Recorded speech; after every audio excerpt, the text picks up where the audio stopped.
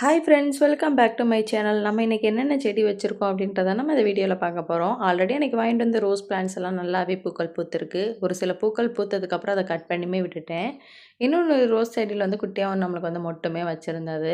அப்புறம் பார்த்திங்கன்னா நான் வந்து மல்லியுமே போட்டிருந்தேன். இதில் வந்து மல்லி வந்து இப்போ போட்டு ஒரு 3 டேஸ் ஆச்சு. இப்போ நல்லா மழையுமே பேஞ்சனால இப்போ நல்லாவே நம்மளுக்கு வந்து இந்த குட்டி குட்டியாக குருத்து வந்து வைக்க ஆரம்பிச்சிருச்சு.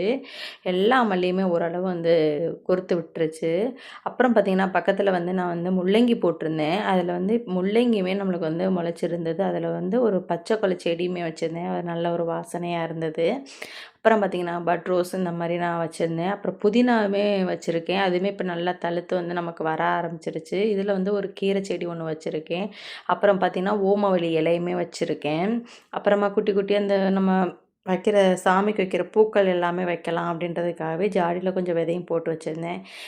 பார்த்தீங்கன்னா பாவக்காய் வந்து நான் யூஸ் பண்ணிட்டு வந்து செடியில் போட்டிருந்தேன். அதுவுமே நமக்கு வந்து இப்போ முளைக்க ஆரம்பிச்சிருச்சு. இந்த செடி பார்த்திங்கன்னா கிழங்கு தான் வச்சுருந்தேன். அதுவுமே நல்லா வந்து தழுத்துருச்சு. இதில் வந்து கீரை விதை போட்டிருந்தேன். கீரை விதையுமே நம்மளுக்கு நல்லாவே முளைச்சி பாதி வந்து எடுத்துட்டேன். எடுத்ததுக்கப்புறம் மறுபடியும் தளர்ந்து வந்து நிற்கிது நமக்கு. இது பார்த்திங்கன்னா பூசணி செடி.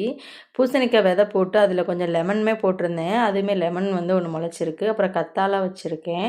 இல்லை ஒரே ஒரு கொத்தவரை மட்டும்தான் நமக்கு முளைச்சிருக்கு. இது வந்து மஞ்சள் பொங்கலுக்கு வந்து வச்சுட்டு ஊண்டி வச்சது. அது நமக்கு நல்லாவே தழுத்துருக்கு.